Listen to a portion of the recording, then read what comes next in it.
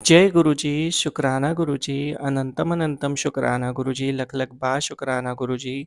गुरुजी के चरण कमलों में मेरा कोटि कोटि प्रणाम। संगत जी, जब हम गुरुजी की छत्र छाया में होते हैं, तब उस कंडीशन में हमारे ऊपर अगर कोई संकट होने वाला होता है, तो गुरुजी उसे बहुत छोटे में काट देते हैं और हमारे पास कई सारे संकेत गुरुजी के माध्यम से आते हैं, जिससे हम उन कष्टों से बच सकते हैं।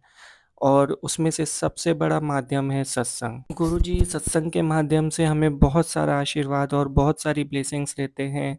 हमारे कष्टों को भी सत्संग सुनवा के काट देते हैं और कई बार जो हमारे साथ बुरा होने वाला है, उसका संकेत हमें सत्संग के माध्यम से मिलता है। तो संगत जी, सत्संग को पूरा ज़रूर सुनें, कभी भी इग्नोर ना करें और ऐसे ही आप भी एक बहुत बड़ी सेवा कर सकते हो सत्संग शेयर करके, क्योंकि जब आप अपना सत्संग शेयर करते हो तो गुरुजी की संगत को बहुत हेल्प मिलती है और उन तक गुरुजी की ब्लेसिंग्स मिलती है। तो आप गुरुजी की ब्लेसिंग्स उन तक पहुंचा रहे हैं, तो सत्संग अवश्य शेयर करें। और सत्संग शेयर करने के लिए डिस्क्रिप्शन में मैंने मेल आईडी मेंशन की है, जहां आप मुझे लिखकर भेजिए। हम उसे ज़रूर गुरुजी के चैनल के माध्यम से शेयर करेंगे। संगत जी, आज के सत्संग को स्टार्ट करते हैं गुरुजी के दिव्य मंत्र जाप से। ओम नमः शिवाय, शिवजी सदा सहाय। ओम नमः शिवाय, गुरुजी सदा सहाय। यह सत्संग कुमार सौरभ अंकल जी का है। अंकल जी कहते हैं, 12 अप्रैल 2023 को मैंने रांची में हमारे बैंक द्वारा आयोजित एक कार्यक्रम में भाग लिया। अगले दिन मुझे बैसाखी के अवसर पर पटना में आयोजित एक सत्संग में भाग लेना था। मैं पटना में रहता हूँ और मैंने 18626 नंबर की ट्रेन में अपनी सीट बुकिंग कर ली थी, जो अगली सुबह 6:20 बजे रवाना हुई। यह 325 किलोमीटर से भी ज़्यादा दूर रांची में शाम 4:30 बजे पहुंचनी थी। रात को अपने होटल के कमरे में मैंने सुबह 5 बजे का अलार्म सेट किया। जब अलार्म बजा तो मैंने उसे बंद कर दिया और सो गया। मुझे गुरुजी का एक दर्शन हुआ, जहाँ उन्होंने मुझे स्पष्ट रूप से कहा, अब सत्संग में नहीं जाना है, सत्संग के लिए आगे मत बढ़ो। लेकिन मेरे दर्शन में मैंने खुद को रात 8 बजे सत्संग में पहुंचते देखा। जब मैं उठा तो पहले से ही 6 बज चुके थे। मैंने जल्दी से चेकआउट किया और जब तक मैं रेलवे स्टेशन पहुंचा, मेरी ट्रेन के रवाना होने में केवल 2 मिनट बचे थे। मैं पटरियों के ऊपर बने ओवरब्रिज पर था, तभी मैंने एक रेलगाड़ी को जाते देखा। यह मेरी रेलगाड़ी थी, जिसका नंबर 18626 था। मैं चलती हुई रेलगाड़ी में चढ़ने के लिए दौड़ा, लेकिन प्लेटफॉर्म पर फिसल गया। तुरंत ही किसी ने मुझे रेलगाड़ी के पहियों से झटके दिए। मुझे एहसास हुआ कि यह कोई और नहीं बल्कि गुरुजी ही थे, जिन्होंने मुझे बचाया था। फिर भी सत्संग में भाग लेने की मेरी उत्सुकता इतनी थी कि मैं उठा, दौड़ा और चलती हुई रेलगाड़ी में चढ़ने में कामयाब हो गया। डिब्बा खाली था सिवाय एक यात्री के। मैंने उससे पूछा कि क्या रेलगाड़ी का गंतव्य पटना है। उसने मुझे डांटा और कहा कि गलत रेलगाड़ी में चढ़ने से मेरी जान जा सकती थी। उसने मुझे बताया कि रेलगाड़ी पटना के विपरीत दिशा में हटिया जा रही थी। तब मुझे एहसास हुआ कि रेलगाड़ी का नंबर 18616 था।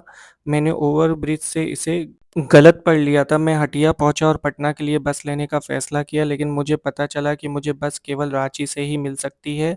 मैंने रांची के लिए एक ऑटो लिया और बस में चढ़ गया। मैंने अपना बैग सीट पर रखा और फ्रेश होने चला गया। यह भूल गया कि मेरा बटुआ और मोबाइल बैग में था। जब मैं वापस लौटा तो एक यात्री ने मुझसे पूछा कि क्या बैग मेरा है। मैंने कहा हाँ। उसने कहा कि वह मेरे सामान की सुरक्षा सुनिश्चित करने के लिए उसके पास बैठा था। सोचने पर यह स्पष्ट था कि यह कोई और नहीं बल्कि गुरुजी थे। बस यात्रा के दौरान मैंने अपनी पत्नी को फ़ोन किया और उसे बताया कि मैं निश्चित मृत्यु से कैसे बच गया। लेकिन मैंने उसे गुरुजी के दर्शन के बारे में नहीं बताया, क्योंकि मेरा मानना है कि ऐसे दर्शन उन्हीं लोगों के लिए होते हैं जिन्हें ये दर्शन होते हैं। वास्तव में मैंने अपनी पत्नी से कहा कि बैसाखी सत्संग के दौरान इस घटना के बारे में बिल्कुल भी बात ना करे। बाद में मुझे अपना विचार बदलना पड़ा। सत्संग में मेरी पत्नी ने एक भक्त को यह बताते हुए सुना कि कैसे गुरुजी ने उसके पति को रेलवे स्टेशन प्लेटफॉर्म पर गिरने के बाद ट्रेन के नीचे आने से बचाया था। मेरी पत्नी ने गुरुजी को उससे कहते हुए सुना, तू भी शुक्राना तो कर दे। इसलिए उसने मेरा सत्संग सुनाया। मेरी पत्नी ने मुझे फ़ोन करके सत्संग के बारे में बताया, जबकि मैं अभी भी कार्यक्रम स्थल के लिए रवाना होने वाला था। जब मैं सत्संग सभा में पहुंचा तो रात के ठीक 8 बज रहे थे, जैसे कि मैंने अपने सपने में देखा था। मेरी पत्नी ने जो सत्संग सुना, उससे मुझे एहसास हुआ कि गुरुजी ने पुष्टि की थी कि यह कोई और नहीं बल्कि वे ही थे, जिन्होंने मुझे रांची स्टेशन पर ट्रेन से उतार दिया था। इसलिए मैंने उससे वह हिस्सा बताया जो भी मैं भूल गया था गुरुजी का दर्शन और उनका आदेश कि मैं सत्संग के लिए यात्रा ना करूँ। सभी भक्त भाग्यशाली हैं, उन्हें ऐसे गुरु मिले हैं। गुरुजी ने जो किया यह केवल भगवान ही कर सकते हैं और इसलिए गुरुजी से बड़ा कोई नहीं है। जय गुरुजी, शुक्राना गुरुजी। शुक्रिया अंकल जी, इतना महत्वपूर्ण सत्संग शेयर करने के लिए। आपका आभारी हूँ कि आपने मुझे मौका दिया आपका सत्संग शेयर करने का।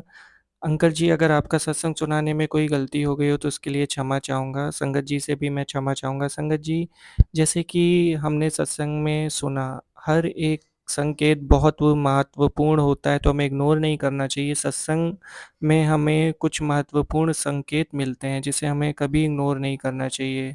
और हर सपने का एक अर्थ होता है। जो गुरुजी से रिलेटेड हमारे पास सपने आते हैं, उसे भी कभी इग्नोर नहीं करना चाहिए, क्योंकि वे अपने चमत्कार इसी प्रकार करते हैं अपने तरीकों से। संगत जी, आज के सत्संग को हम यहीं विराम देते हैं और गुरु जी के दिव्य मंत्र जाप के साथ हम आज के सत्संग को कंप्लीट करेंगे। ओम नमः शिवाय। शिव जी सदा सहाय। ओम नमः शिवाय। गुरु जी सदा सहाय। संगत जी, ऐसे ही गुरु जी के प्यारे प्यारे सत्संग सुनने के लिए चैनल को ज़रूर सब्सक्राइब करें एंड बेल आइकन नोटिफिकेशन को भी ऑन करके रखें, ताकि नेक्स्ट सत्संग का अपडेट आपको मिल सके। जय गुरु जी, शुक्राना गुरु जी।